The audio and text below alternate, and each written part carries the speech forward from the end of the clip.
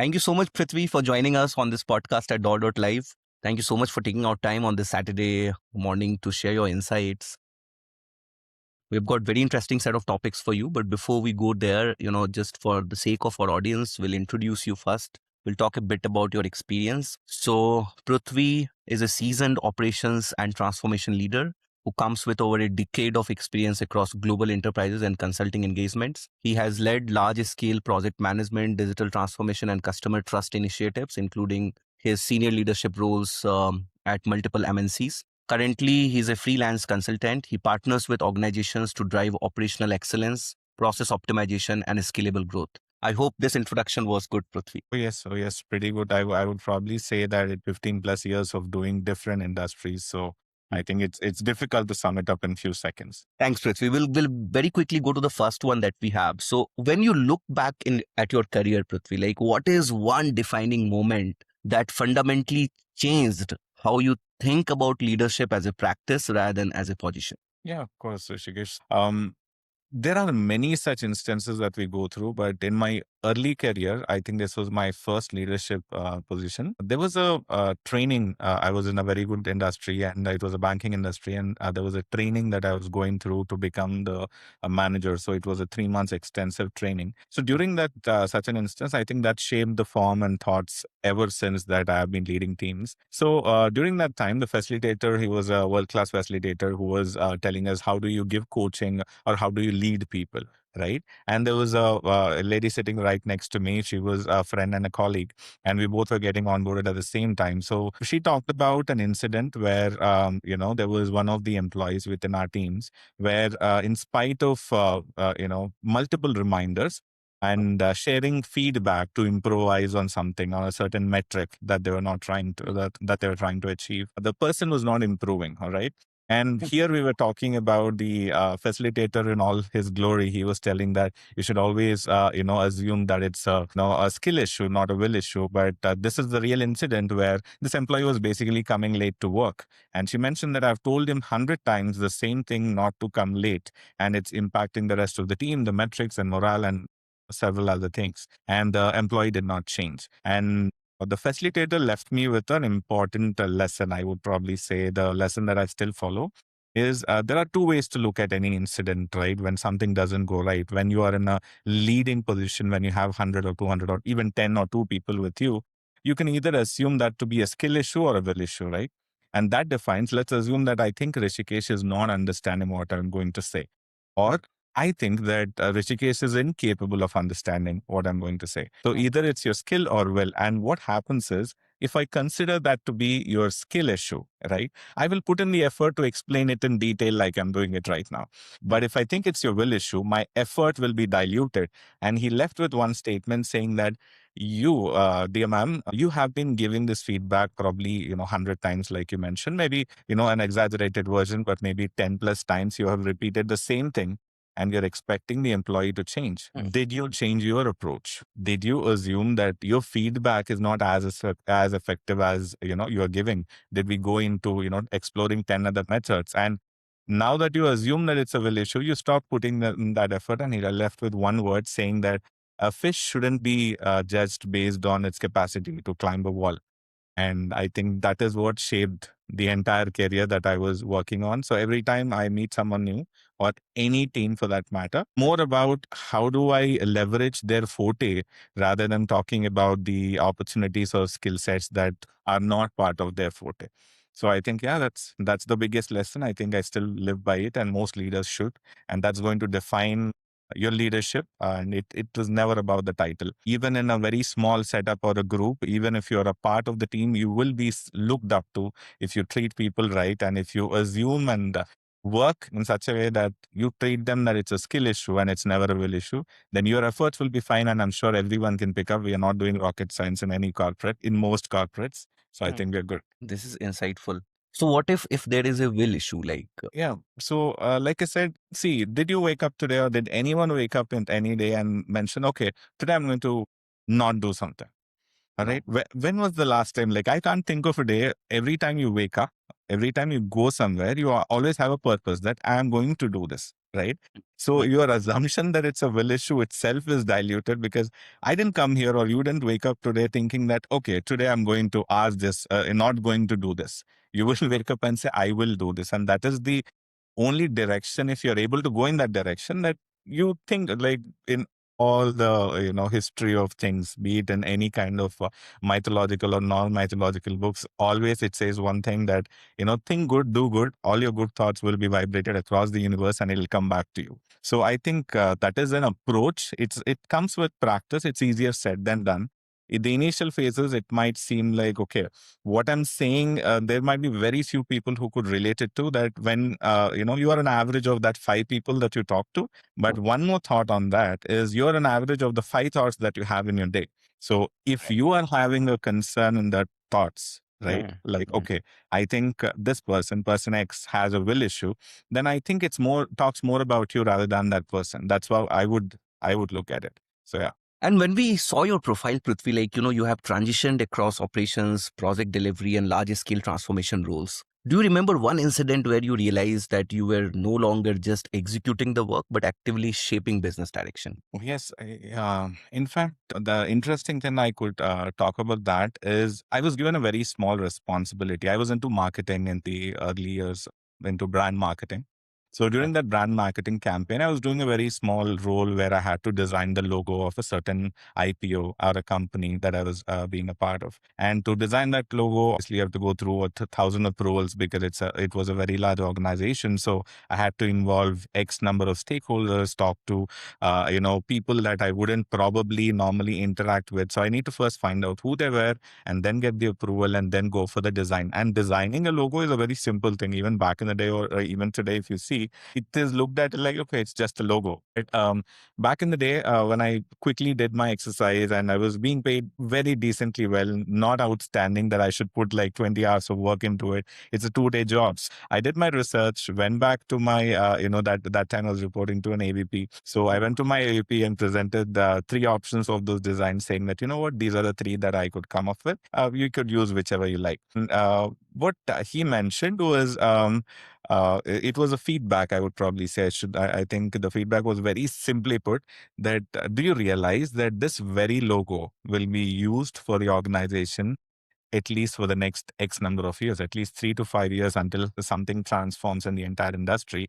It could be there for the next 10, 15 years. If you've ever been to Hyderabad, I think that's one logo that I have designed, wherein in one of the metro stations, it is branded, with the same logo. And with that feedback, I took 3.5 months to just come up with a proper logo that made sense. And today I realize it's been 10 years, and I was not in Hyderabad most of the years. I just came back last year. And then when I came back to Hyderabad, the logo is still standing on that building. And I realized that that effort that I, put in that direction, that very small thing that I did, had such a large scale implication. I'm not saying that it's about like everybody will have such a this one, but every task that you do in the large scheme of things, maybe you can't see it. Maybe the leaders or the people that you're reporting to, or the kind of environment that you're working with, they have a vision in their head beyond your own comprehension. So sometimes putting in that extra effort, even when it's not required, is not going to hurt you. If it does anything, it's only going to add value, and you'll be really proud of what you did. So yeah, this was one incident, but I think to generalize any such, decisions or actions that we take, I really love saying this many times: be careful what you wish for; it might just come true. So make sure that your wishes and work that you do are always at a scale that is beyond your current comprehension. It might just come true. That is so true. Like, you kind of mentioned a line from this book, Power of Subconscious Mind. Yes. I think I have this book. Oh yes. Oh yes. Kind So of have this made it a habit. book is a subset of the power of positive thinking by Positive Napoleon thinking. Hill. Yes. Yes. Yes. Kind of have made it a habit, like while going to the bed, last 5-10 minutes, I have to read at least 2 to 3 pages of this book. So kind of helps. Yeah, reading does. I think more than I think we have all got into this quick entertainment or quick Yes. audiobooks. Even I'm a part of these audiobooks world right now.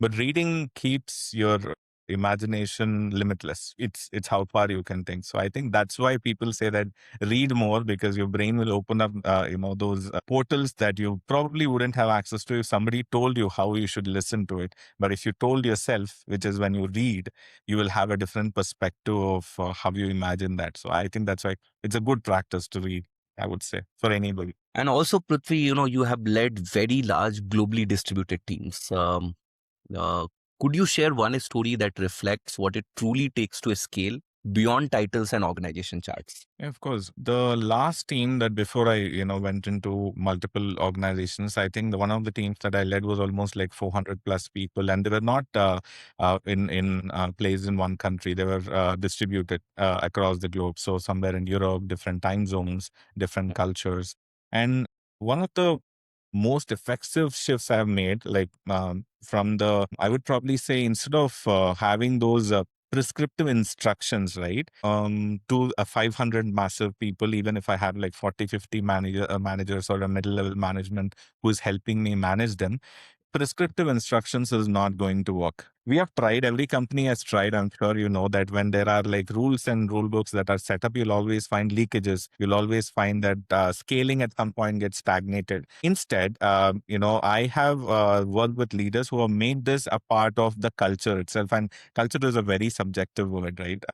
And in terms of that culture, I would say that we should grow with shared principles, even if you're growing at a very slow pace. It doesn't really matter if the growth is supposed to be 100x in the next 1 year. You're going to stagnate at 100x or become 50x in the next few years. Rather, do a 10x. All right. And when that becomes a 10x, make sure that the growth is happening in a sustainable manner. And you define those shared principles from the lowest level of hiring that you do to the highest level of hiring that you do. So to sum it up, at the end of this entire journey, if there is if the lowest level of any chain of command, right, if they are able to do the right thing, they are able to take decisions on your behalf for the business and escalate and have the empowerment to escalate when things are not going right, I think then scalability won't be a concern, sustainability won't be a concern, because what you have will be in a very strong foundation. Like the elderly knowledge of make your foundation strong, that's how the entire world works, right? So that is how I think during any crisis, different regions, they respond differently. But in terms of alignment, it can happen if I hire some people in France. I worked in France briefly. I hired somebody in Costa Rica. If I just hire like 50 people and say, create a process, it's not going to happen. Create the foundation team, the central team or the core committee, which is going to scale that vision, and make sure that irrespective of the scaling happens or not, make sure the team is sustainable for an X period of time that you have in your vision. And we shouldn't be going chasing mountains when we have to be building blocks. That's how I would put it. Do you remember any kind of an experience where this thing was not followed and the organization could not scale effectively? I think the entire industry, the whole startup that happened since 2018 till now, I think it's the biggest example, I would say, not to quote any Yes. organization for that matter. Money in terms of investment and money and returns that happens, especially I'll talk in a startup standpoint, when we have accessibility, right? Especially when you have funding. So I keep meeting a lot of clients who are currently, I keep consulting for a new organizations which are wanting to come into the industry, some wanting to scale up to the next ladder. And then there are like, take an example of I think if you've been to the other side of the, and if you've been to Delhi or above to the mountains, there are few vendors who have been doing the same job for the last 30 40 years. Any kind of vendor, take it like a paratha vendor or a food vendor, they have been doing the same thing for decades. And then one of my trips, I asked one, it was a sweet shop. Recently, I've been there, and it was a sweet store. They have been selling sweets through generations. It's at a very sustainable price. It's a very low price, I would say, with good quality. And if those sweets are sold in a different city, like a massive city like Hyderabad, Bangalore, or exported, he could make millions. And I asked him, why didn't he not try it? Because I had to wait in the queue at a sweet store. Just imagine, like, when was the last time we did that, unless it's Christmas or New Year in another country, right? But here I had to wait in a queue just to buy a packet of sweets for like almost 20, 30 minutes. And I asked them this question, why don't you export it? Why don't you expand this, all of this? And he just mentioned that his vision basically was to just make sure that I am sustaining in the world that I have. I am not here to, my legacy is already here, that the last three generations have done this and it will continue. But I don't need to, scale up and make a 100 crore business out of it. I'm not sure if it's already is, but I don't need to scale up to 100 crore to leave that legacy. I just need to make sure that whatever quality I maintain is, contained for a long period of time. That was the other side of example. And then when we come to any of these, new organizations that are coming up, the AI bubble that is actually about to burst, right? So everybody wants to just scale AI in their organization. Everybody wants to expand their company or automate something, and then have a technology or X number of people. Like, I want 100 AI engineers in my team by next month. And this is the words of one of the leaders that I've actually heard recently. I want 100 AI engineers doing this in the next 1 month. But what would they do? Right? What exactly would you want to achieve? Just because the industry is doing something, just because the food industry is great, you don't, go and start up a new restaurant. Just because there is a certain something is working, you don't go and start up something. So there are many examples. I think the 5, 6 things that I quoted, you could take up any company that has either succeeded or failed. I think it will fit perfectly into their stream. But to sum it up, I would say that we should not scale because we should scale only when that's your vision. We should scale if there's a purpose, and the purpose should be, equally proportional to the need in the industry, whichever that industry is. So you have worked deeply in compliance, risk, and trust environments. Again, if you could share a situation where a seemingly small compliance gap had the potential to become a major issue, and how you and your team kind of prevented it? Yeah, of course. So compliance in its own scale, I would say in each country, it is very different. There are countries where something is legally allowed in terms of, I would probably talk in my own expert area of AI compliance. So in some countries, it's okay to log customer data. In some countries, it's not okay to log customer data. Log in the sense you store customer data. And some countries like US, you can store customer data for a certain period of time, provided the customer gave the consent, and the customer should have access to delete that data, which is GDPR. It's one of the compliance laws that comes into. So one such incident, there have been many, but one thing that I probably could not forget was a very simple, access issue. Wherein, like, let's say that I was working for a certain organization, and every customer, this was an e-commerce giant, so every customer would be, either logging into their account or logging out of their account. And during that time, the customer entered their information, obviously, which is your username and password. It's a very simple thing that everybody knows about it today. And when the username and password is entered, there's a small button that comes, remember my password, right? Or, you can click on that checkbox and then it saves your password and it is done. So this remember my password, I know it's a very common thing in every website these days, but back in the day, it was only available at few websites, right? Where they could store that passwords. And then especially in the US, this was there was a small company that started doing this, and it became like a very easy thing for everyone to just adapt, like those car wipers, right? Nobody knows who started it, but everybody started using it. So that happened. And then when we were launching a website in Japan, right, for the same brand, and then we go ahead and had the same options, because we didn't even have to think about it, that what the customer is clicking to remember the password. What the research that did not go in that direction was, what are the 200 compliance laws which have been existing in a country like Japan that we did not know about, apart from the regular concerns about storing data, about customer data, etc. But that consent where we are clicking, even if the customer gives the data, we are supposed to delete that. I don't know if that changed in the last few months or year, but at least a year ago, that one click could have costed billions to the organization. So somehow this was highlighted when, thankfully, that is what happens when you have global teams, right? So there were few people from the country itself who helped us understand that, what, I've never done this on any other website. Why am I clicking on it? It was a simple random conversation when we were testing the website. And then the person said, I never clicked on this. What's this button? This is new. And that's when we went through a shockwave of, realization that just because what we do is something very normal, it may not be normal in some other setup or region.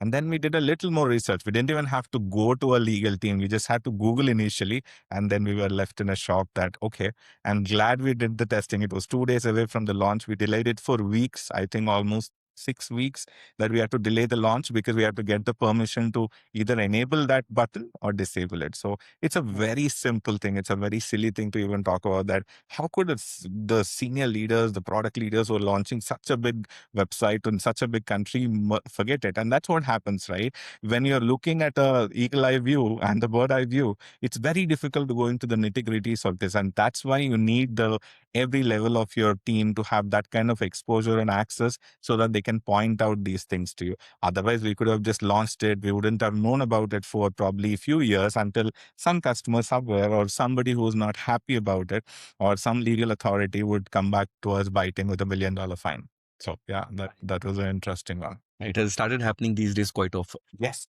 Prithvi, you kind of operate at intersection of technology, business transformation, and risk. Would say a very different profile altogether. Do you remember an example, or if you could share an example where technology delivered business value, but also introduced new risks that required careful governance? Well, we will talk about the much hyped AI. I wish there was an alternate word for it. I keep Yeah, telling, absolutely. Like, yeah, let's not call it AI anymore. It has become fogged. It comes into a brain fog, right? When somebody starts talking about this whole yeah. thing. So the one, I would probably say the one, just to, make it sound Yes. better. Yeah, the one. So when the one came into existence a few years ago, right? The first thing that we wanted to do in a certain organization I was working for is to first, remove the cognitive load that we had in terms of manual tasks. For example, the simplest instance is I have to send a meeting notes, right? Right now, once we are done with a conversation, we could record a conversation, get the analysis of it, and just send a meeting notes. So the one has actually helped. It has changed the way that MOMs or, the minutes of meeting has happened few years ago. We did have transcripts, but not at the scale that this could do. Right, we could get the action items assigned to the people. We could have tickets raised. We could have emails signed out all during that call. So basically, for almost 2.5, 3 months, when we introduced this feature in the platform that we were using, we realized that we were spending more time in the post-mortem of the meeting than the meeting, when the content of the meeting. And then when we started introducing this automation, we were like, wow, this is massive, right? And Rishikesh and Pruthvi talked today, right? We talked about 100 things, and then what are those top 3 things that should be probably coming out of this meeting? You don't have to re-listen to it. In investment of time is money for everybody these days, right? So when that happened, wonderful productivity gains, because we never came out of the meeting and thought about, okay, what do I do now, who's going to do what? Everything was in our inbox by the time we walked out of the meeting. We were like, wow, even today it's a wow. But one thing that happened during this phase, I think it's still true even till today, is we are looking at a ticking time bomb, because we have, I should probably say, over relied on the conversations that are happening in those meetings and the emails that are coming out, or the MOMs or the action items that are sent out, and we follow it blindly. Most times, 9 out of 10, unless, like, imagine if somebody like me who's going into meetings almost like 70% of the day, and you hardly have time to even relook at what you talked about in the first meeting. And 2 weeks down the line, you have no idea what you talked 3 weeks ago. Right? It's impossible. You go back to that email. Yeah, I have the summary. I would have said this would have happened. But the risk that we are overlooking here is the over reliance that this is exactly what was discussed. When was the last time that anyone went back and questioned that MOM? I'm not saying that it's doing it right, but Yes. did we even question to validate the question that I'm having? Did we ever do that? And I am sorry, I'm a victim of it. I'm also a user of it. So I wouldn't say that I'm not enjoying the technological advancement out here, but the vulnerability that we have opened this to, because especially the conversations I go into are related to compliance and law, and then compliance and legal issues. So, and it's a very subjective thing, right? When one line can be interpreted in 200 different methods. And I'm sure AI could do that as well. But at the same time, the conversations that we are having with those, the legal entities, the other organizations, or those contractual agreements that we are signing off during that conversation, $1 million fee is being bet on a summary that's generated by a system that is not being checked. And that is where I think is the biggest risk we are not looking at. I wouldn't say that I have a solution for it as such. Yes, there is governance. In terms of governance, yes, there are rules and regulations, but what kind of governance do we have when the system has, captured something incorrectly? And forget governance. What kind of audit do we have to confirm the authenticity of that conversation? So that audit is missing, and that audit is taken for granted that it doesn't do it wrong. The system is not going to give us wrong information. And that is too much of a technological reliability and bias. And it might come back to bite any of us at any point of time. So I think it's a good thought to ponder on. Yes, absolutely. Even now, you have kind of made me thinking as well, because we rely so much on these, that one thing, that one thing is that we never question it, like, especially in terms of MOMs and all that, which we are sending it. Yeah, especially in terms of the actions, or if you're in a critical conversation, see if it's a regular catch ups, etc. It doesn't really, it's not going to burn the world down, but there are meetings happening that can burn the world down. So that is where I'm more concerned that if all the conversations are going fine, because even now, even if you go into, not to bring in the government out here, but even if you're going to these, big conversations that are happening between city leaders or mayors in other countries, etc., those are happening virtually as well. And even in the conference rooms, there is recordings being done, there is action items being shared, there is summaries being sent, even in the United Nations, to quote it. Yeah. And how often are we, relooking at any of this? How often is someone auditing it? I'm not just talking about relooking it. Maybe you're looking for the action, but is the audit happening? And is the validation happening? Is somebody questioning that on a consistent basis?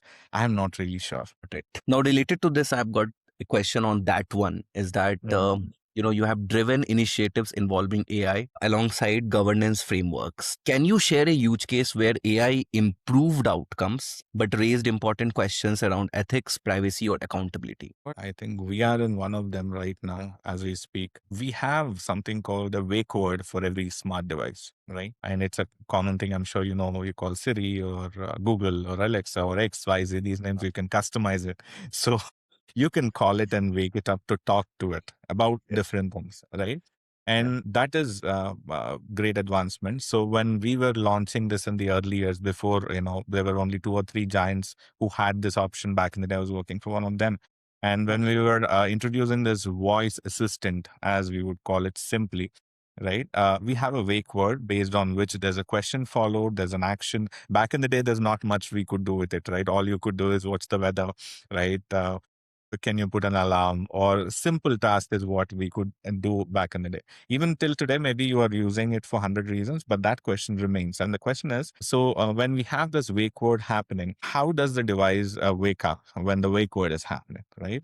The wake word is captured by the device, not to go into the technicalities of it, captured by the device when this might not come great with people, but when it's listening to you, right? So the device is listening to you until you wake it up, right? So if the device is listening to you, any engineer, anyone around the world, anybody with basic common sense, like let's say, if you have kids around your place, I'm talking right now, my kid is in the other room. So I'm sure he's listening, right? Until I call him out, he won't be responding. But until I call him out, he won't be responding. But this conversation is being subconsciously stored somewhere in his mind, right? Same thing for technology. I think it is actually being stored in terms of, ones and zeros somewhere out there. And one of the incident that happened is when the wake word was a thing back in the day, and we started capturing, utterances, as you would call it, or wake words from customers. There were a lot of noise that was being captured even before the wake word happened. And this noise, as per the legal compliance governance, was illegal, right? You cannot store customer information unless the customer wants to talk or wants to share it. And when the customer wants to share it is only after I say Alexa, that's when I want to talk to it. When I say Google, only after that I want to talk to it. I don't want it to be listening to what I'm talking to you right now, but it is. And this information has to be redacted on a continuous loop, right? Back in the day, we did not have the option to continuously redact that information because The system was not smart enough to capture the entire conversation. I mean, listen to it all the time and immediately understand that this is a wake word. It had to continuously, have that, I should probably say, a 5 to 7 seconds of a lag where it has to reprocess that information to confirm that the customer called it out. 5 7 seconds of storage was what costed around. I think we could have paid fines for it, but almost like 70 to 80 different conversations we had to go into to explain how do we get rid of it. We didn't have a solution, and we had to disable that service. And I'm sure if anybody was in that industry around 2013 or 14, would relate to it. We had to disable that service almost for like 3.5 or 4 weeks, or where every day we were going into these meetings and explaining that we will be able to redact that information faster. And we go back to our tech team. I'm not technically super sound to understand what they were doing behind the scenes to redact that information. And that 3 weeks were, I think, were the toughest 3 weeks of my life, because we were sticking our tongue out with the legal leaders out there. I think compliance authorities, the OFAC, the Office of Foreign Asset Control leaders, who would come to us and say that if this is not fixed, we will shut you down. And this is the only statement we heard in every meeting. So it was a very difficult time. And I think, over time that has been fixed. And then we had workarounds. Then now I think we have come way forward to, not capture that information. So I don't know if that is again from a compliance standpoint, but here that incident is when we realized that even if there is utterances or information being captured without consent, which happens many times, that's going to come back to bite any organization at any point. Like even if you take any food apps or any new apps that are coming these days, we often give that permission, allow and do it. But I met one of the startup founders recently who created an app just to deliver some basic fruits. All right. So the consent was very simple. They Googled it and then said, we will be storing this information. You'll be storing your phone number, your email address, etc. And we just click yes and go ahead with it. But if that company, and not to name the company, if that company is audited from a legal standpoint, they will be put under the bus because they did not do all the 10 checklists that need to be done for allowing something like that. So I think it's a very big world out there. The kind of exposure that people have right now can help them go into these details. Like I'm a customer of that app right now. I could go ahead and put a case on a consumer court, and they would be coming to the court for it if I still pursue it.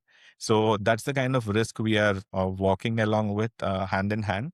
And I think we should be very diligent in terms of creating anything new, because in seconds we can create websites these days, but how that's going to come back to bite you, I think you should be very careful about it. That last two lines, kind of, it's very easy to create website, go on Lovable, go on Cursor, do whatever you can. But the compliance part is going to go and kind of bite you if you don't do it properly. Yeah, yeah. And unless somebody like, somebody really, unless there is an offended party, I would say, like the affected party or the offended party, either ways, if Rishikesh got offended or affected because of something that happened, that's when he would take that action. And you never know how that's going to come out, right?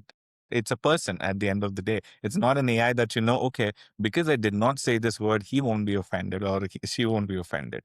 It can happen, and that can come back to bite you. It's the perception of that content or the information that you're sharing. It's not the content itself. So I think we should be very careful about it. Prithvi, there's an increasing focus on keeping humans in the loop as AI adoption accelerates. Can you share an experience where human judgment played a critical role in preventing an automated decision from going wrong? Yeah, yeah, of course. I think one instance was the one that we just talked about, the checkbox and the whole thing.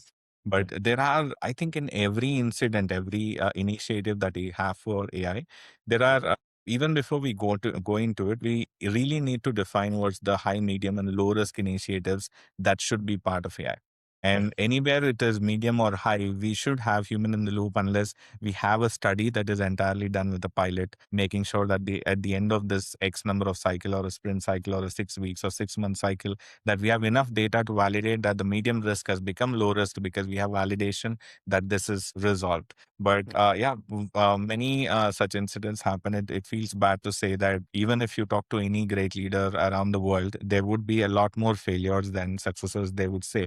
And one such incident that I could think of was when again, very similar to how we were launching a website, we were launching a device in a certain country.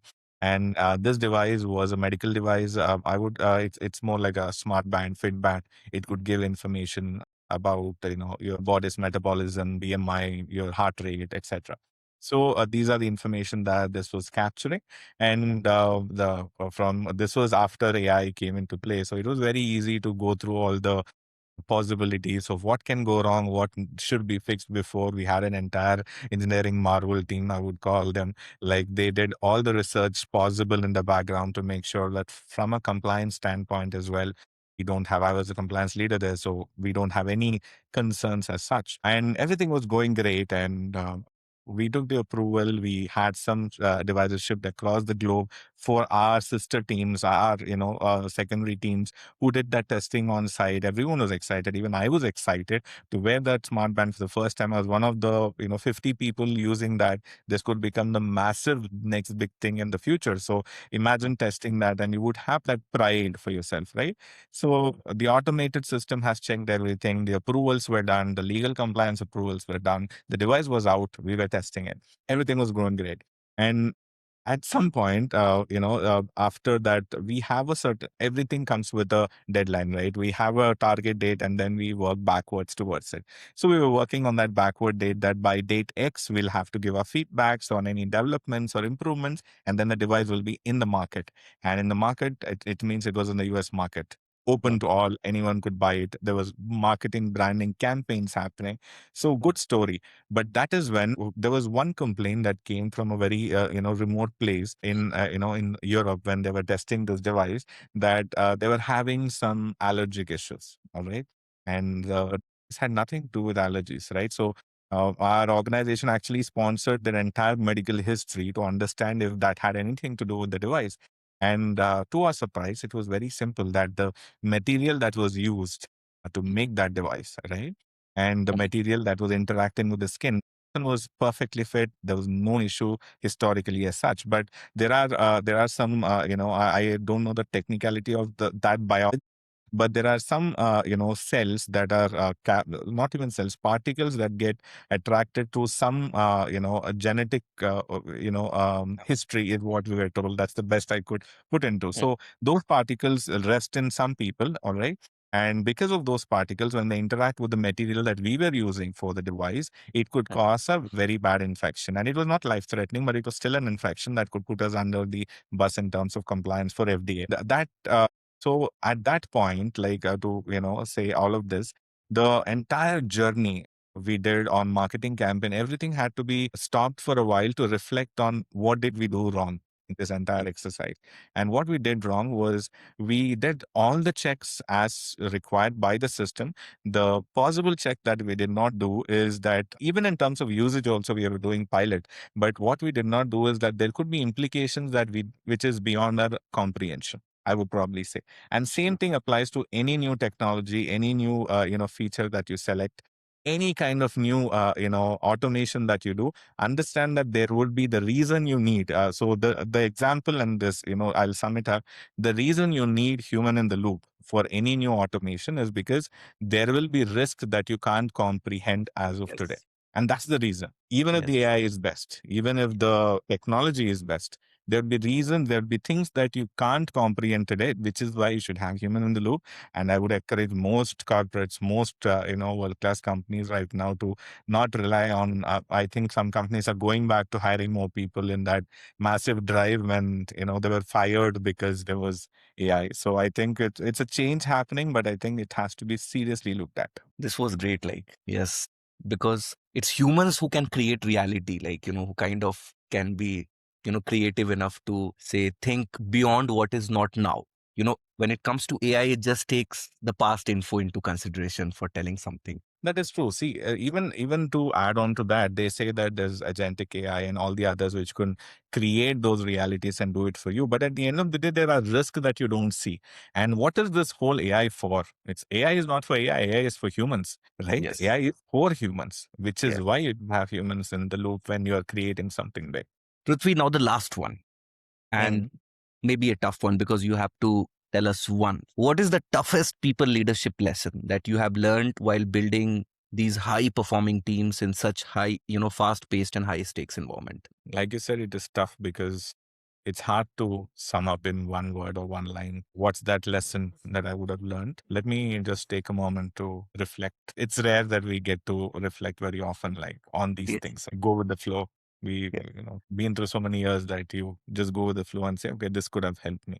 But if I have to think about, top thing, toughest lesson that I learned Mm, is to be very curious and mm, grounded. I would say be curious and very grounded. The reason is there will be a lot of titles we will be going through in our career, right? And the titles should keep you grounded. And the lesson that I learned was through incidences where we were in a very different, the world changing things that happen in those conference rooms, right? They fail if you're not in touch with reality. And that is why in real world, at our lowest level of organization, at the lowest reality, where out in the real world, if you're not in touch with it, and we won't be in touch with it, we'll be aloof to it if you're not grounded. So I would say to best of leaders, I think it became a practice, at least in Hyderabad, I'm seeing these mm, days that a lot of great founders and startup leaders and even big leaders out there, I could see them in parks these days, walking mm, around, talking to random people. I think that is exactly what was missing in a lot of years, because there was time then all these leaders were always in first class, business class flights mm, all around. Well, they still are. Not blaming it. They deserve it for the right reasons. But mm, when they're in touch with the reality, right? Their mind works very differently, so they could process things in a very different manner. If I'm looking at a street vendor selling something outside the famous park in Hyderabad, the KBR park, versus mm, that person who has that kind of an IQ looking at it, he could capture something else that I am not capturing. And that is reality for me. So I think being very grounded, and then that mm, curiosity with which they can pursue something and solve problems. Like some leader recently said that, Facebook or Instagram or Swiggy, these are not life changing ideas. These are simple. These are mm, very simple ideas. And these simple ideas are what works in the long term. So the toughest and the most important lesson is, if you're in touch with your reality, that is being grounded and being always curious on what else you could build, what else you could do better. That could be useful for people. I think that's going to help you in the long run. And title won't really matter which position you are. I think your experience will speak for itself when you walk into a room. absolutely, Prithvi. Thank you so much for joining us on this session. Of course. I think one of the most insightful sessions that we had. And thank you so much for taking such great examples, which make a lot of relevance to our audience. Again, thankful for your time. Thank you so much. Thank you, Rishikesh. It was nice talking to you. Thank you for your time as well. And you have a good rest of the time. Bye.